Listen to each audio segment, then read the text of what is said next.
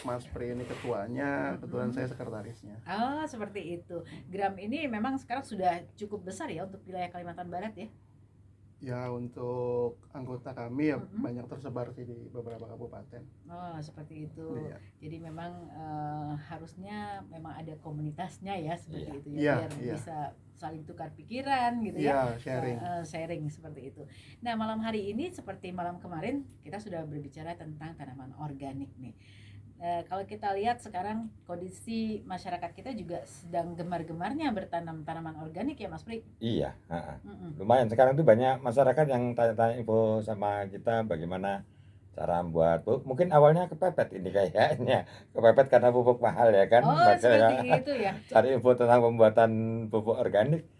Ya, saya pikir alhamdulillah lah kayaknya seperti Iya, itu. bicara masalah pupuk memang saat ini kan kabar-kabarnya harganya melambung tinggi ya. Iya, luar Nah, biasa naiknya. kalau kita bertanam di area atau di media tanah, pupuknya pastinya luar biasa kan. Kalau organik kan hemat kata orang ya. Iya. Apa benar seperti itu? Yang jelas organik itu sebenarnya mudah dan hemat, tidak sesulit orang bayangkan harus dengan tenaga yang cukup besar dan Mm, biayanya besar. mm, Dari lahan-lahan apa dengan pemanfaatan bahan-bahan sekitar kita juga banyak kok yang bisa dijadikan pupuk. Jadi komponennya itu cuman kalau untuk pembuatan pupuk itu dekomposer dan bahan organik yang ada. mm, Dekomposer itu bisa kita beli dengan merek E4 ataupun kita buat sendiri juga bisa. Terus mm, tinggal bahannya nih, kita mau nanam apa? mm, Mau nanam bayam nih, berarti kita butuh nitrogen yang tinggi. Ya mm. sudah dari limbah-limbah sayur yang ada di rumah tangga saja kita fermentasi, kita aplikasikan Oh, lagi itu kan bisa. itu tadi Mas Pri bilang dari limbah-limbah sayur ya. Iya. Itu apakah limbah-limbah sayur itu nggak perlu diproses atau perlu diproses yang rumit atau gimana sehingga kan tentunya kalau udah proses yang rumit kan agak ini juga ya. Iya. Jadi tidak rumit Kak. Misalnya Mm-mm. ada berbagai metode cara pembuatan organik. Misalnya Mm-mm. cara mudah saja itu sayur kita cacah, kita masukkan ember bekas, Mm-mm. kita bikin kasih air gula sama M4 satu botol, tutup botol itu aja, tutup saja Dibiarkan selama berapa lama? selama 2 minggu aja sudah jadi. Nah, Oh, seperti itu, seperti tinggal itu langsung ya. bisa Langsung bisa dipakai. digunakan. Iya. Oh. Jadi gini, apa Mm-mm. Bapak Ibu petani sekalian, sekarang ini kan harga pupuk lagi meningkat ya, bukan meningkat ganti harga, kadang-kadang bisa sampai 300%. Ini akan jadi beban kita semua. Mm-mm. Tapi sebenarnya yang kadang-kadang Bapak dan Ibu tidak ketahui bahwa pupuk itu sudah tersedia di lingkungan kita, di sekitar kita, terutama masyarakat yang ada di pedesaan. Mm-mm. Jadi pupuk itu kan biasanya kalau bahasa mudanya itu kan NPK yang ada Iya, di di pasaran. pasaran. NPK ini Mm-mm. NPK 1616 atau berapa tergantung kebutuhan untuk tanamannya. Dan NPK ini di sekitar kita banyak kok. Misalnya untuk tanaman apa untuk nitrogennya, NPK itu kan nitrogen, fosfor, kalium. Untuk nitrogennya itu cuma dapat dari tanaman jenis-jenis legum atau eceng gondok atau apa seperti itu. Mm. Terus untuk fosfornya, P-nya yang untuk supaya tanaman banyak buahnya Mm. itu dari batang pisang. Dan misalnya untuk kaliumnya pengganti KCl itu bisa dari sabut kelapa. Dan Mm. pengolahannya cuma dicacah saja, nanti ditutup, disiram pakai air gula sama E4 saja. Mm. Itu cara paling mudah. Sekarang ada teknologi lagi dengan sistem jadam, mungkin nanti Mas Yusni bisa menjelaskan, itu lebih mudah lagi dan tidak bermodal. Jadi Mm. anggapan bahwa pupuk organik itu akan sulit, saya pikir tidak, karena bahan-bahannya yang di sekitar kita itu banyak, cuman kadang-kadang kan tidak tahu Tidak nih tahu ini. caranya seperti apa uh, gitu yang ya. kita herankan petani ke pasar beli pupuk Mm-mm. KCL Mm-mm. 50 kilo bawa motor susah-susah kan seperti itu. Padahal di depan kebun dia itu, terus Iya. kita lihat di daerah Bungkur ya, itu sabut kelapa sampai dibakar-bakar loh. Iya, betul. Nah, itu kan amat sayang, Heeh. kita sayangkan. Padahal itu tidak usah beli pupuk KCL, kita ganti saja dengan sabut Mm. kelapa. Kalau tidak sempat, misalnya kita fermentasi, taruh saja lah. Iya. Nah, Dan artinya juga petani nggak perlu mengeluarkan biaya yang besar ya, iya, karena pupuk bahan-bahan pupuk menurut Mas Pri tadi kan ada di lingkungannya ada seperti banyak. itu. Cuma cara pengolahannya nggak tahu gitu ya. Iya. Dan akibat dari mungkin ya ini akibat dari harga pupuk yang tinggi dan petani belum bisa mengolah bahan yang ada menjadi pupuk organik itu, Iya.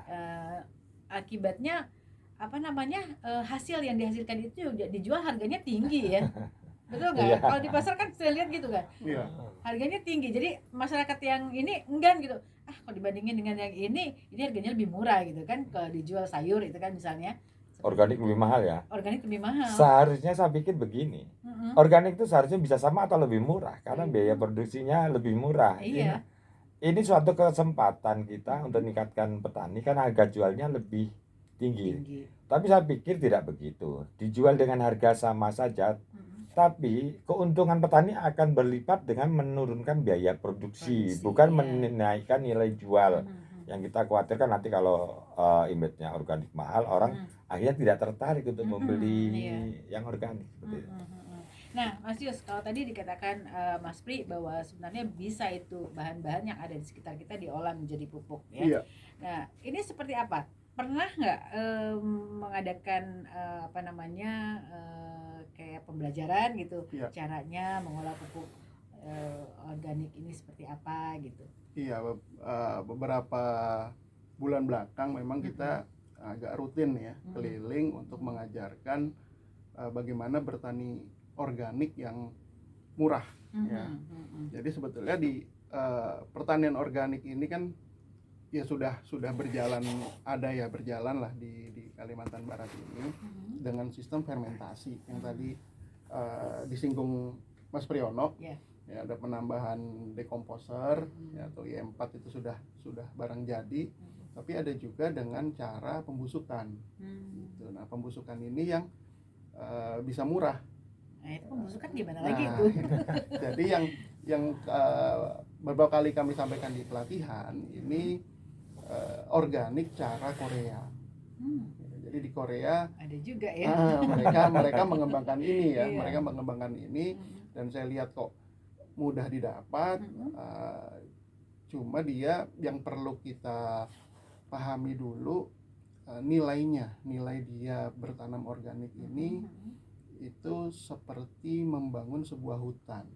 Apa itu? Artinya Seperti di apa itu? hutan ini kan ekosistem tanahnya itu sudah terjaga, bahkan alamnya ya. Artinya di hutan ini tanaman-tanaman itu subur, mereka itu saling memberi makan. Bukan hanya tanamannya, tapi bakteri-bakteri di bawah tanah ini, nah ini terjaga di hutan. Sehingga mereka memproses daun-daun yang jatuh, buah-buah yang jatuh, dibusukkan, lalu dikembalikan lagi menjadi makanan tanaman itu. Nah, berangkat dari situ, itu di Korea dikembangkan sistem ini. Saya dan beberapa teman itu sudah mencoba dan hasilnya memang luar biasa untuk ketahanan tanaman itu dengan berbagai situasi di Kalimantan Barat. Bahannya pun cukup murah. Bahan utamanya itu garam krosok. Garam krosok itu garam yang masih murni, yang biasanya digunakan untuk ikan asin, untuk yang masih butiran besar ya, bukan ya. garam meja. Tapi itu garam sudah ada yodiumnya atau belum? Belum. Justru kalau yang yodiumnya malah tidak.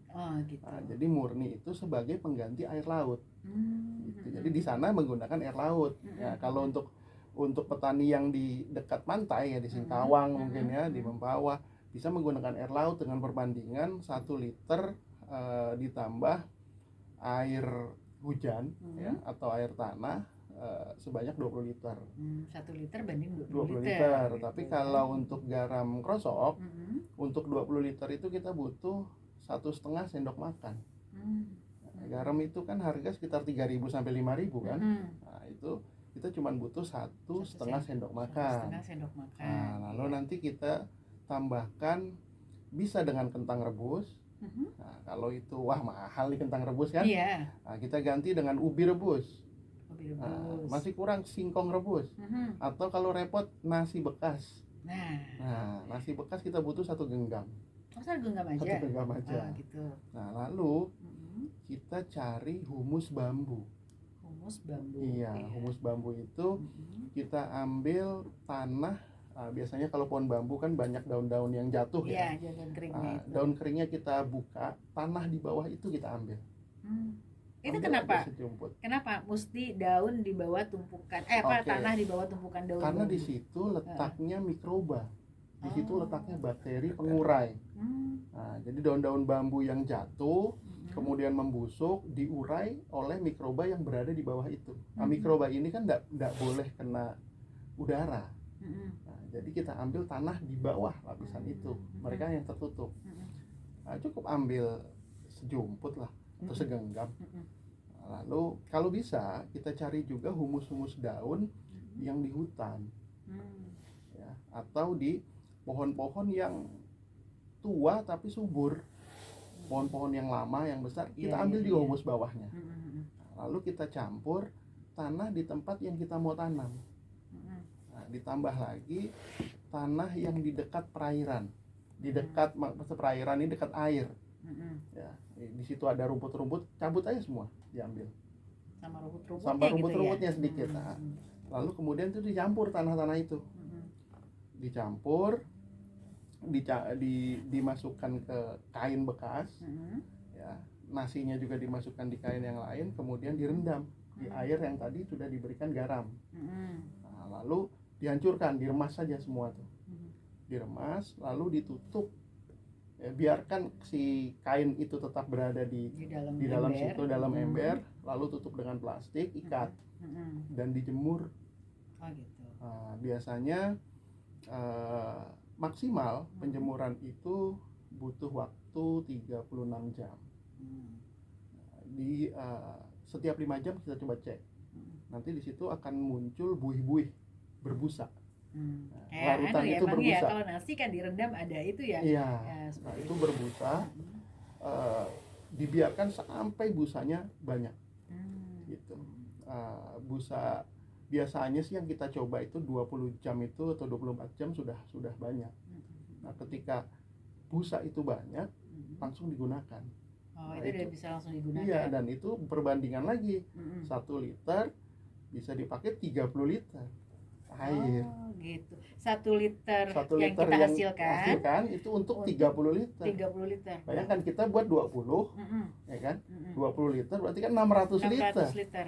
Itu udah cukup mengairi 1 hektar itu. Bahannya itu kan, ya. mudah aja.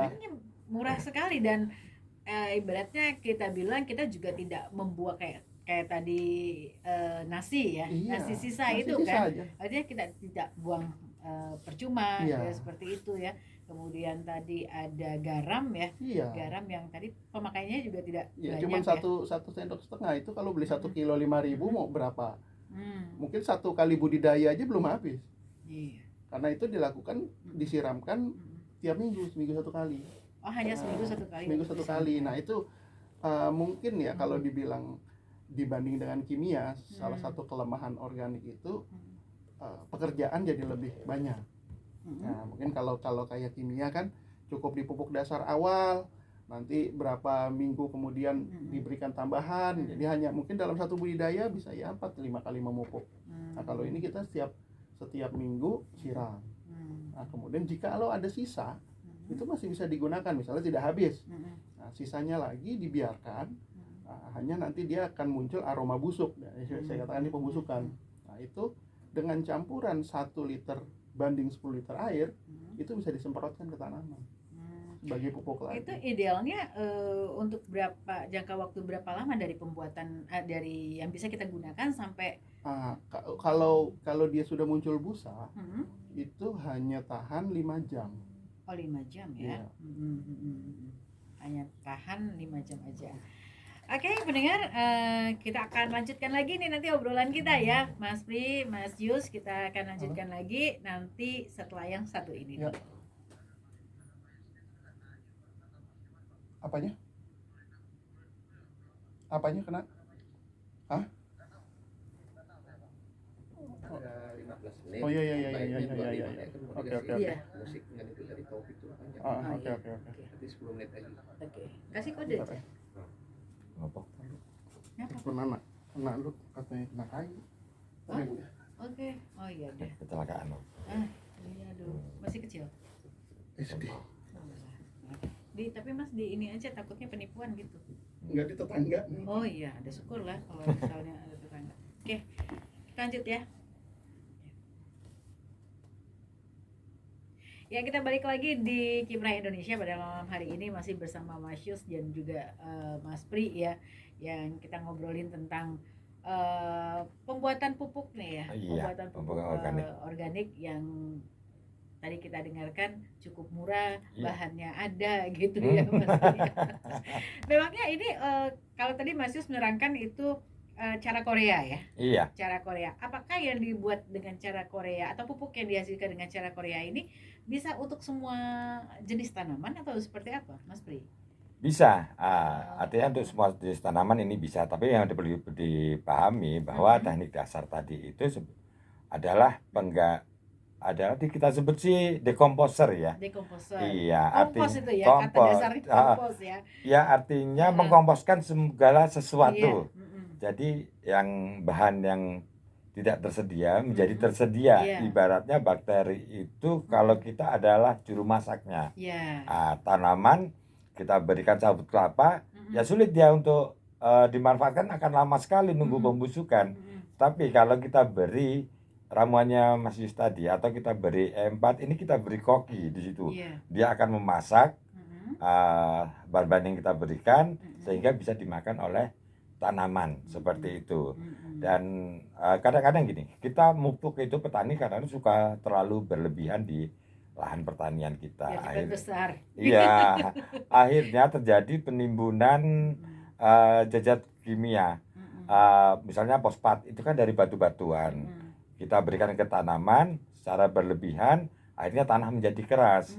Padahal unsur fosfatnya di tanah itu masih ada. Kadang kita kasih lagi, akhirnya tanah menjadi tidak sehat. Nah, ini dengan pemberian cara Korea atau disebut jadam tadi, atau KNF juga bisa, Korea Natural Farming, atau kita ganti dengan E4 lah, itu akan mengurai.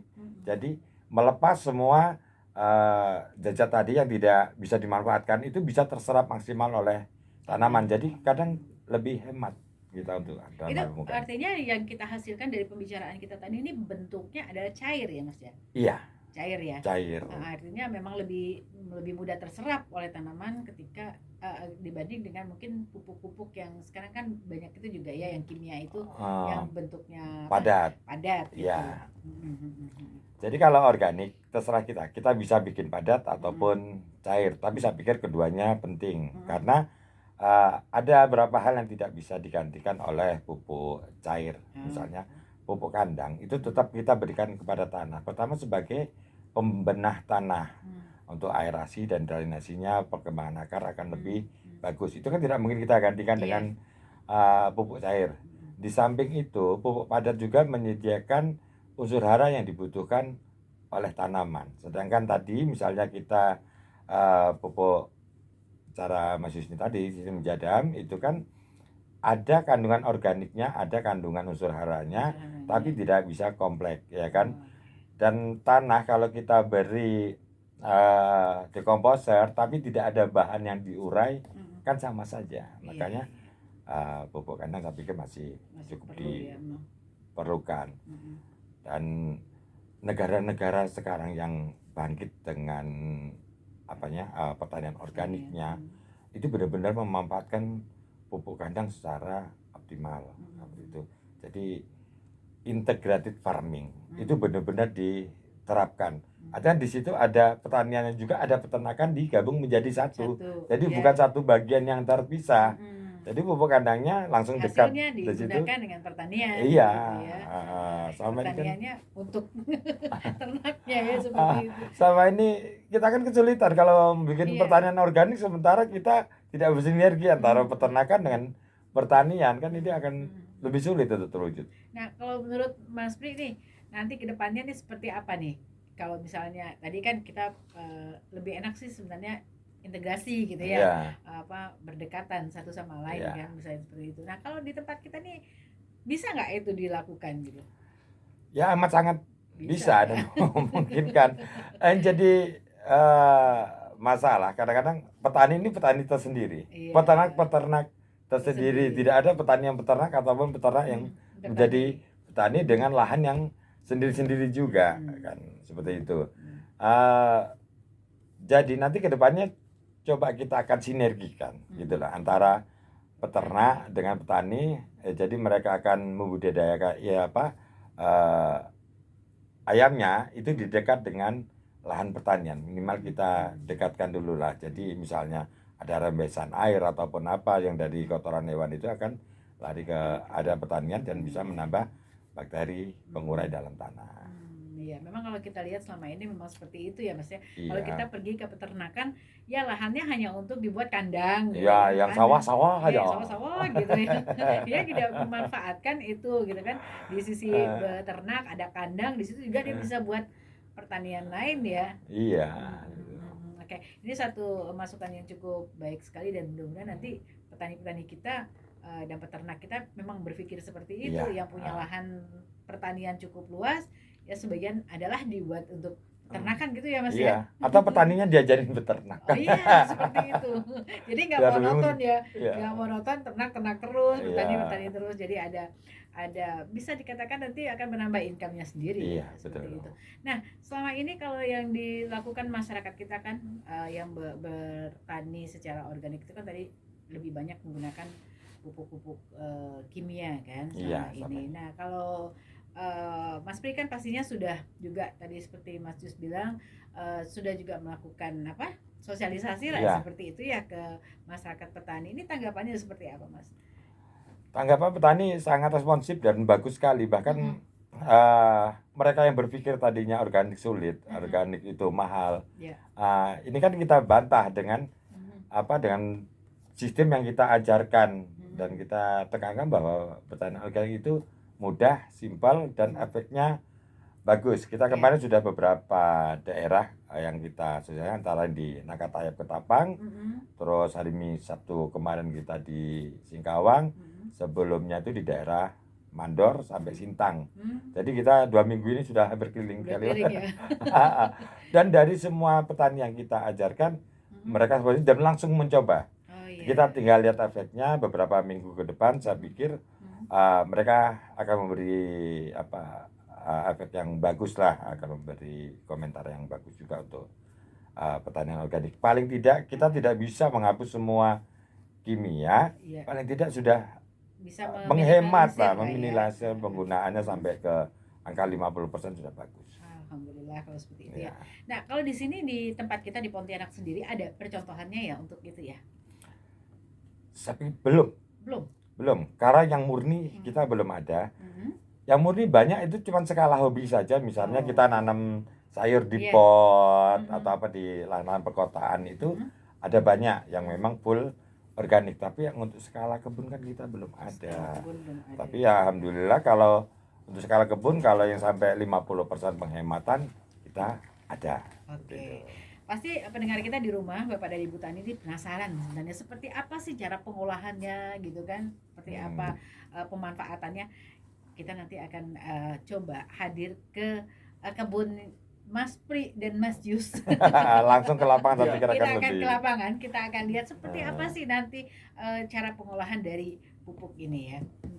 Nah, kita sudah hampir di ujung perbincangan kita di malam hari ini. Mungkin saya ke Mas Yus lagi nih, yang tadi sempat menghilang ya.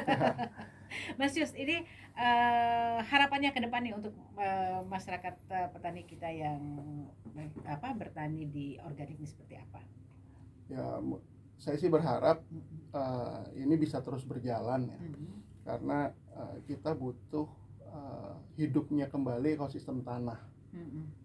Ya tidak bisa dipungkiri dengan pemberian kimia yang berlebihan itu merusak tanah ya.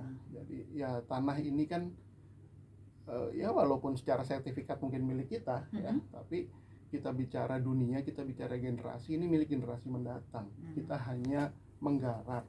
Ya kita harap dengan pertanian organik ini kita bisa menyehatkan kembali tanah untuk kita lanjutkan di generasi mendatang, supaya Indonesia bisa kuat di ketahanan pangannya. Iya, baik, seperti itu ya harapannya dari Mas Yus. Kalau dari Mas Pri? Ya harapan kita cuman petani cobalah pola pikirnya agak lebih terbuka, jangan pernah takut mencoba hal-hal baru. Terutama untuk pertanian organik ini kita yakinkan bahwa dengan organik pertanian kita akan lebih sehat, lebih ramah lingkungan, dan juga perekonomian masyarakat nanti bisa lebih meningkat lah. Ya, mungkin bisa ditambahkan bahwa dengan pertanian organik yang pupuknya juga dari organik gitu ya, itu pasti akan lebih menyehatkan bagi konsumen ya, daripada nanti kita terlalu banyak mengkonsumsi kimia-kimia itu ya yang berasal dari pupuk ya, seperti itu. Betul. Iya. Tanahnya rusak, manusianya ikut rusak. Iya.